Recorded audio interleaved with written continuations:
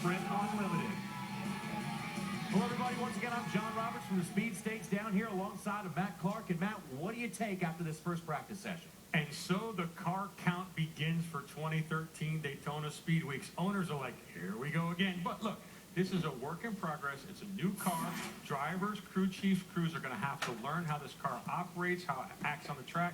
So it's just a work in progress. We need to be patient. But a guy who's not always patient and has some background, has a full stable of cars behind us, Jeff Hammond.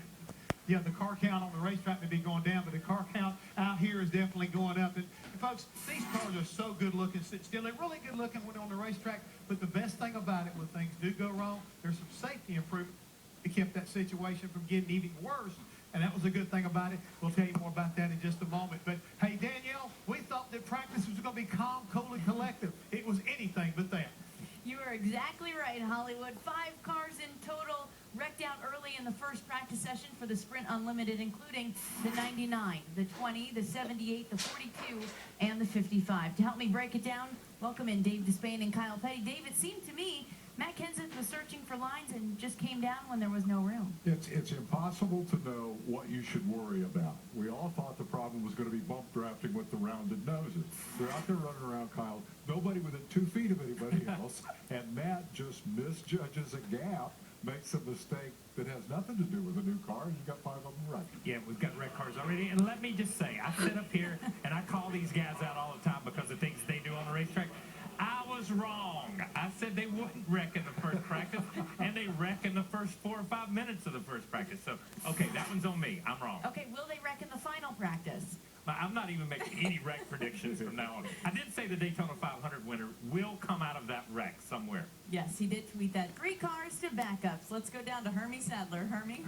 Well, thank you, Danielle. Martin Truex Jr., the Napa Know-How Toyota in the garage, does another practice coming up on speed, but you tell me you're not going back on the racetrack. Number one, why is that? And number two, what did you learn while you were on the racetrack earlier? See what happened out there earlier?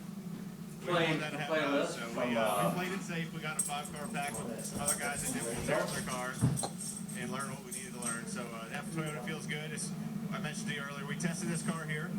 It ran really well in testing and feel good about it. So there's just a few things we had to learn and look at and get our travels right or get our splitter clearance right.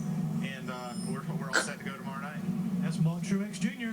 He's got what he needs tomorrow night for the Sprint Unlimited. Let's go to the other side of the garage to Wendy Venturini. Wendy? Thank you, Hermie. A lot of guys were right behind that wreck when it happened in Sprint Unlimited practice, but this guy was not on the racetrack at that time. Casey Kane, you look very good in practice. We know it's going better than testing did for you. What do you feel in your Sprint Unlimited car?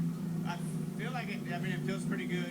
Farmers Insurance Chevrolet, and it's hard to say because we're running in like 3 to 4 cars in our pack and just trying to stay out of trouble. We don't have tons of cars to, we're lucky we weren't in that, but I feel really good. Mr. H came over, said the car looked good on the track, so I was happy. What's the biggest observation you've seen so far as a driver with the new Gen 6 car in the draft?